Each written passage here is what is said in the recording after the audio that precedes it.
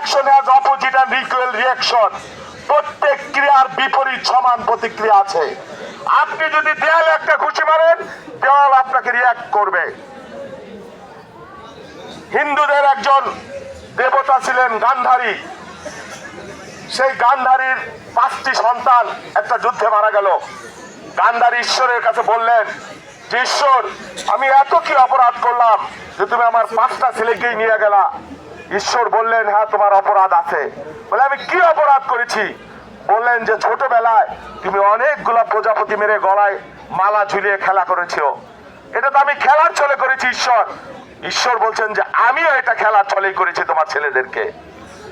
আল্লাহ যেটা করেন খেলার ছলে করেন, আর যাই করেন এটাই হলো আল্লাহর বিচার।